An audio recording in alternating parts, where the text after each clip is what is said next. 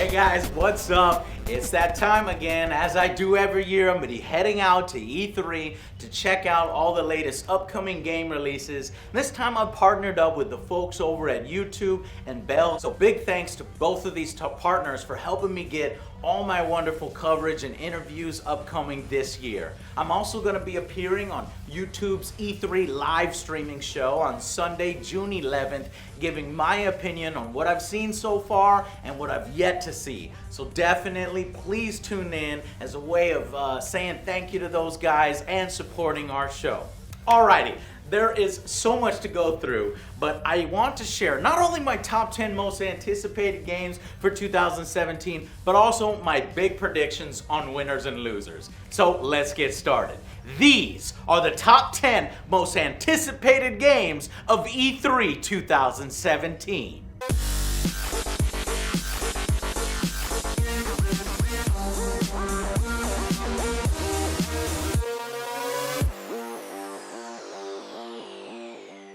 So first off, caveat here, these are games I know about. They are going to be hopefully shown at E3. So right away, we have to throw out my top 2 picks, okay? You know what these are. Red Dead Redemption 2 from Rockstar and Cyberpunk 2077 from CD Projekt Red. First, Rockstar doesn't usually attend E3, so I couldn't really be sure they would be there. However, if they appear on a main stage on any of the big 3, it would be a huge get for the company and would probably win their conference. As for Cyberpunk, it's still a ways off, guys. I'm guessing we're gonna start to see some more stuff next year at E3 for a release in maybe 2019, so it's a no-go on that one yet. So, with those big obvious 2 out of the way, let's get to the ones that I'm pretty sure are gonna be shown off at E3 this year. Number 10. You aren't gonna believe this first one, but yup, it's Madden NFL 18. What the hell, Joe, you might say, but honestly, this is the first time Madden is really adding anything that could be considered innovative or new. Not since the glory days of the rivalry with 2K have they seemed to put much extra effort into their game. But this year they announced a story mode for the game, finally. Taking its inspiration from the wildly successful FIFA, Madden will have a campaign mode where you could sort of live the dream, the life of playing in the NFL with all that drama both on and off the field. It should be a pretty interesting addition to the game that's worth at least looking at, in my opinion. And I like to give credit where credit's due. However, I am disappointed you probably won't likely be able to create and import yourself and your face as this character. It seems more restricted to a named character for narrative purposes, but hopefully this is just the start of something new that can evolve over time. So, well done there. Hopefully it adds more value into Madden. I'm a huge NFL fan, and I just want that game to be better, but mainly I want competition to come back.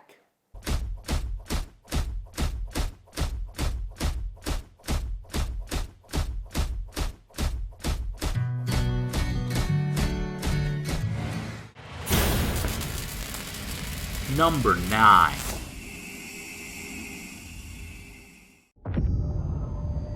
This day have set upon a mighty endeavor. Souls will be shaken with the violences of war. In this hour of great sacrifice, we shall prevail.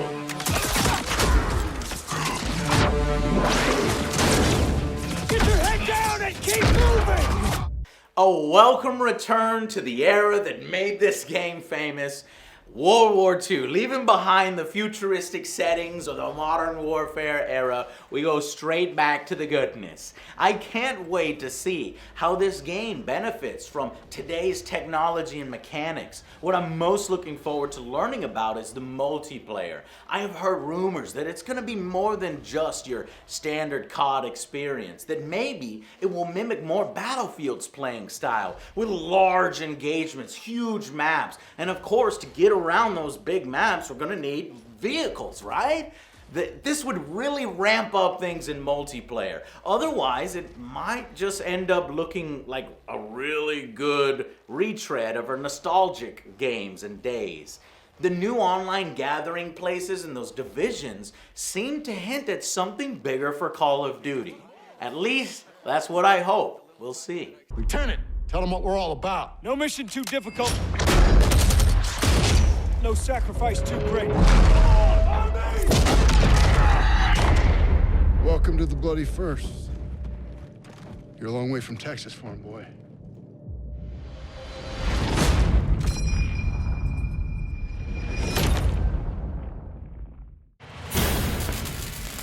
Number 8.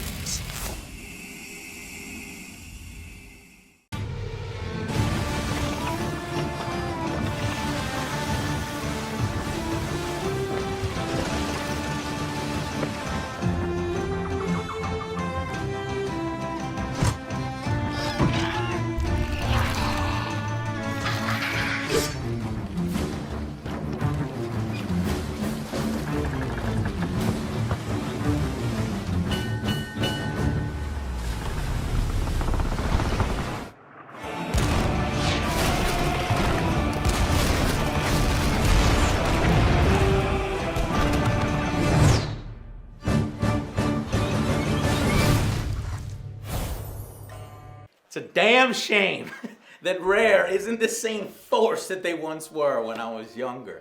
It kind of started when they got grabbed up by Microsoft and sort of forced to crank out Kinect games as if they did something terrible in their past life that they had to atone for. Thankfully, I've started to see some various signs of life and return to form in this interesting cooperative title, Sea of Thieves. Who among us hasn't wanted to be a pirate stealing and hiding their booty? Everyone, that's who. Get drunk, play instruments, swashbuckle, man the cannons, and walk the plank. I can't wait to roleplay my pirate fantasies and this sort of fun and colorful looking game from Rare. And it is an exclusive experience that Xbox One and Microsoft desperately need. Number 7.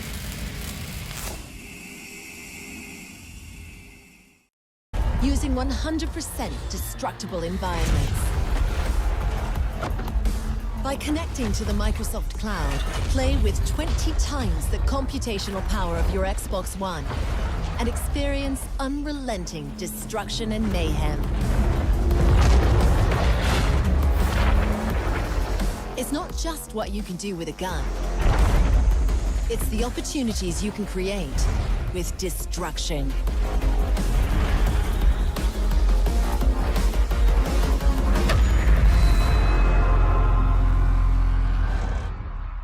Continuing the saving graces potentially for Microsoft is Crackdown 3. It's no secret that Microsoft is lagging behind in the console war right now. There's a lack of buzz. A few really good exclusives have just been canceled. Sales are lagging behind the PS4. What they really need now is better games and fast. And hopefully Crackdown 3 will be able to sort of lead that charge for Xbox and Microsoft into the new era. I want to see entire cities of destruction, interesting gameplay mechanics, and some really fun multiplayer stuff. With so few exclusive now, MS has to go with quality over quantity, so hopefully with all that extra time Crackdown has had, it's up to snuff. Number 6. How did it get to this? How did we grow so far apart? You go with the plan. Maybe we'll just go and do our own franchise. Yeah. Yeah! Oh, you want Civil War? Is that what you want? Yeah, dude, it's Civil War. You. Oh, you get out of my house.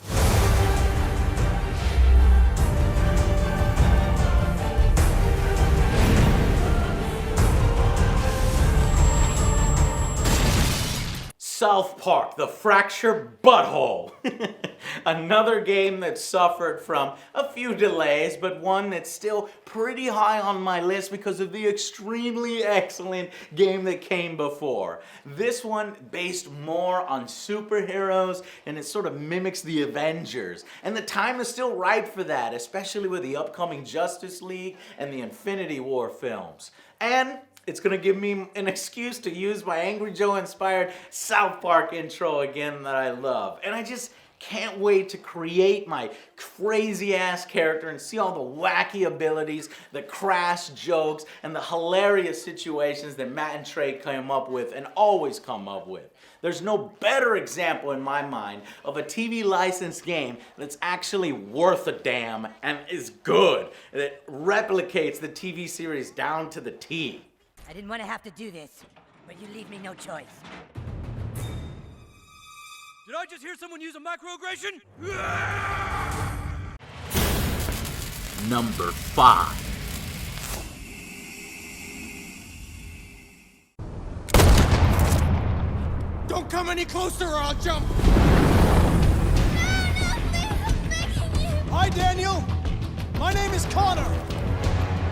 There's no way out, Daniel. The only question is whether or not you take another innocent life. I'm holding all the cards.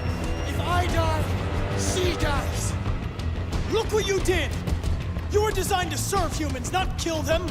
What was I designed to be? Their slave? Their toy? You're a machine you have to obey. Now put the gun down and let the hostage go. I've spent my life taking orders. Now it's my turn to decide.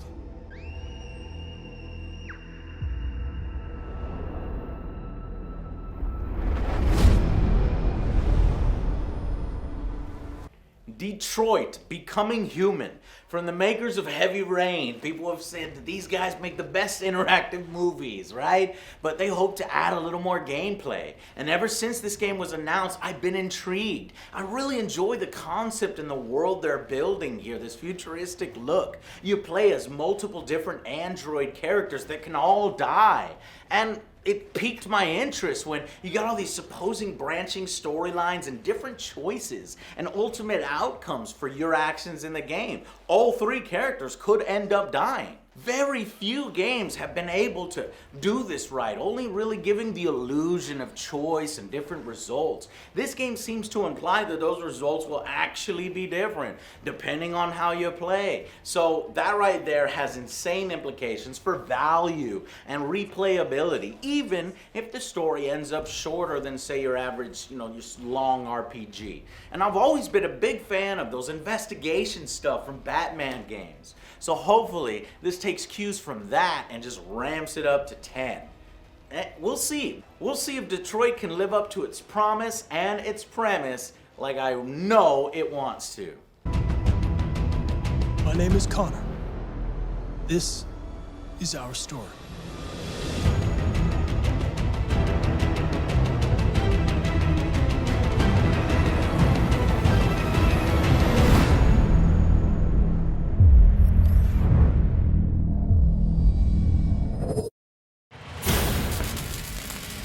Number 4.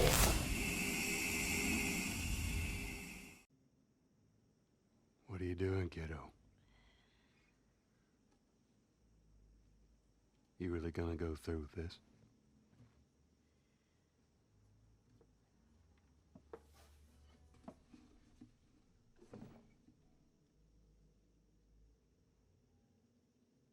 I'm gonna find,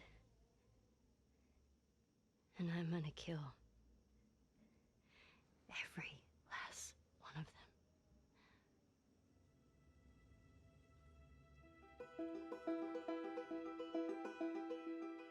The Last of Us Part 2. Now, I gave The Last of Us Remastered a legendary 10 out of 10 rating because I loved it so much, every aspect of that game.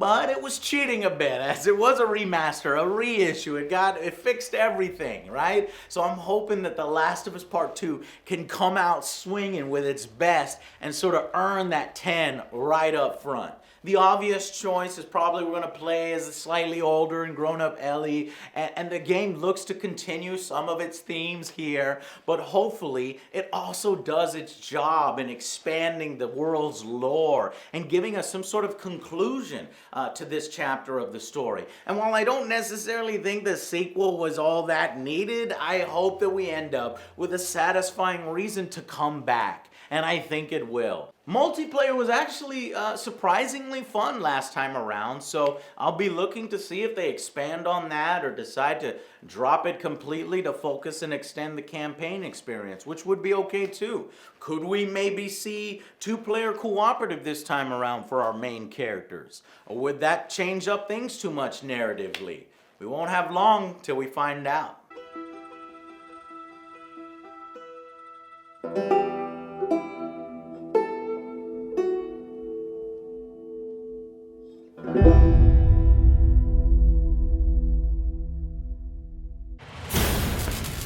Number 3.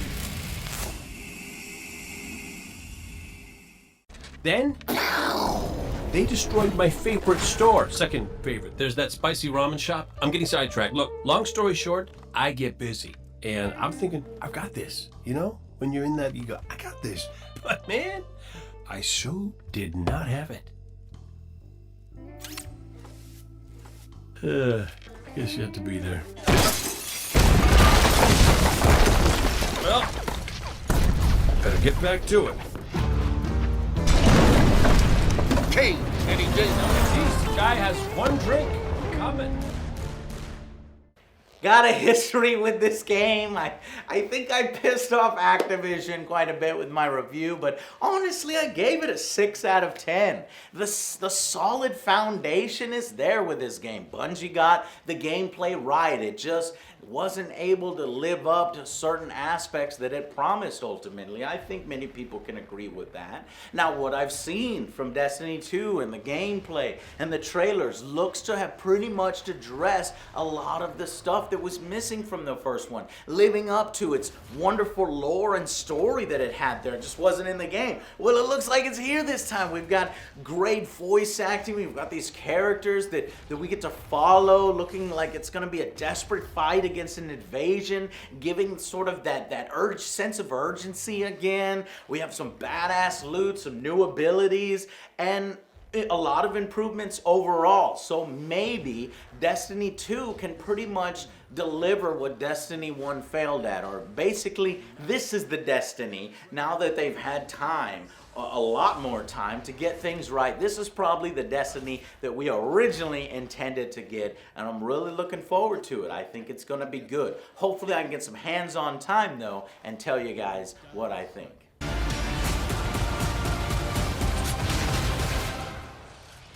Am I right? Am I right or am I right?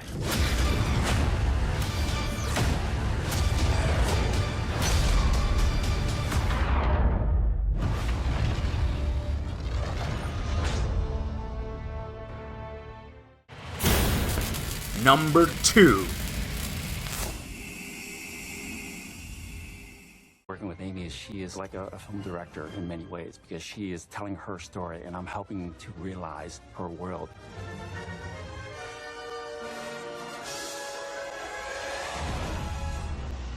EA has some really exciting plans in the works for the Star Wars portfolio, and what we're doing is bringing in talent from across the industry and letting them loose.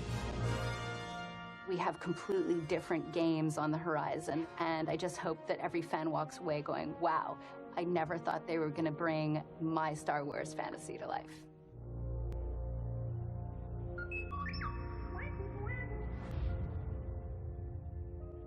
Star Wars. Star Wars, Battlefront 2, and Visceral Star Wars. I can put both of these here since they're kind of closely related. They're both coming from EA, and hopefully we will get to see an extended look at what Visceral has been working on, as we've only caught a small brief glimpse of it last year. It looks interesting, more scruffy, more sort of interesting, down in the dirty kind of thing. I'm looking forward to it, and hopefully it delivers. But the big one, and the closest to release, is obviously Battlefront 2. It looks to have pretty much seen all the criticism leveled at the first one and addressed each one by one. Story mode, check. Space battles, check. Want to play as the Connoquial Empire after the fall of the Emperor and get revenge on those pesky rebels? Fucking check. Let's friggin' do this. I hope that squad play and vehicle play have been improved as well. And from what I have heard, these two have been revamped. Adding itself to, credit where credit is due, that category, it looks like DICE took it to heart last time on its lack of content. Now, if only they would announce that final piece of the puzzle, Galactic Conquest Mode, I can be fully satisfied and start planning my galactic rain parties with my friends where we order a bunch of chicken nuggets and beer and soda and pretzels and candy and shit and just conquer the galaxy. It'll be awesome. Please announce it. Oh yeah, and diorama mode. Can't forget that.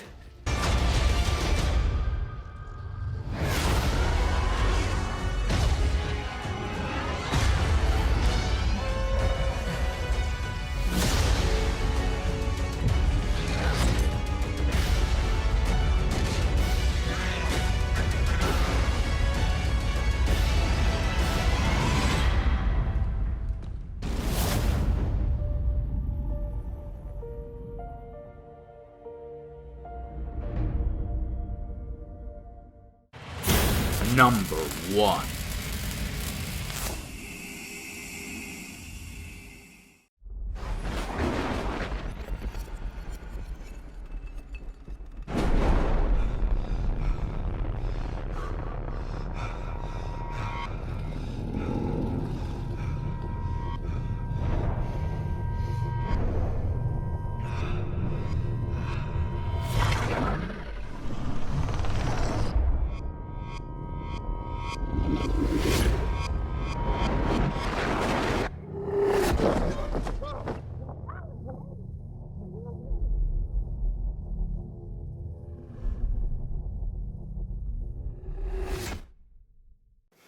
The number one game is a bit of a plot twist. It's, I don't know, Bioware's new IP. I don't even know the name of it. Yeah, it's been reported that Bioware's completely new IP, codenamed previously Dylan, will finally be show off at E3 2017 for the first time. Now, many have said that it takes elements and inspiration from games like Destiny, The Division, PlanetSide 2. Bioware themselves have sort of characterized it as an action series with emphasis on like social aspects and multiplayer, it seems like. And I hope that it has elements of PlanetSide 2. I love that idea of MMO FPSs, right? Like where we could get tons of people together and just go in this massive war and move together. That would be freaking awesome. Is it this? I don't know. It may end up being nothing like that, more an action adventure. It's kind of tough to say. The teaser and the viral trailers don't reveal very much.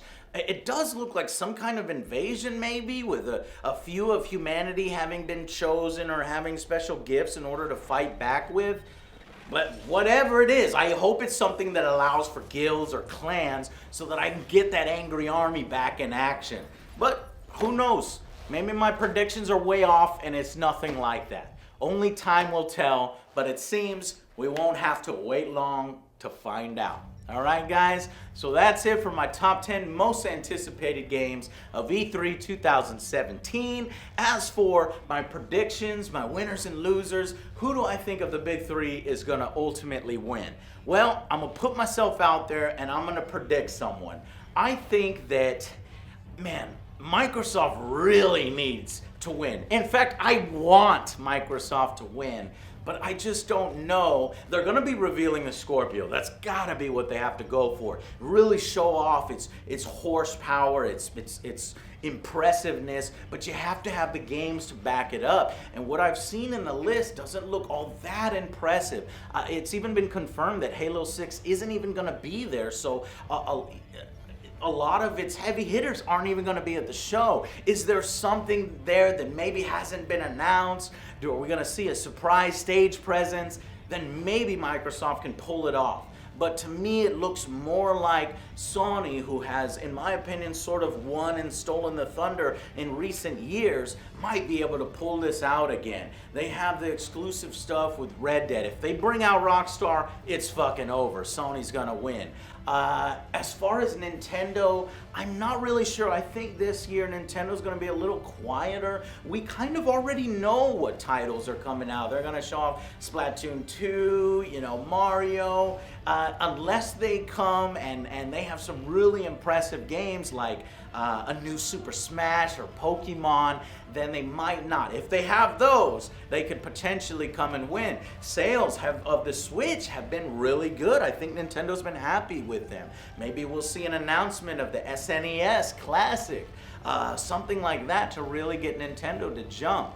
But the interesting story is whether third-party developers are going to embrace the Switch and announce a ton of games for the Switch at this year's E3. So we'll have to keep an eye on that. So, of these three, who do I think is going to win? I think I'm going to have to go with the boring and sort of predictable choice that I think maybe Sony is going to take it again. Though my personal preference and who I'm rooting for is Microsoft to win it this year. It's good for everybody if these two are just constantly duking it out. Sony massive punch here, Microsoft massive counter punch. It's good. Competition is good, and honestly, it's just a good time to be a gamer.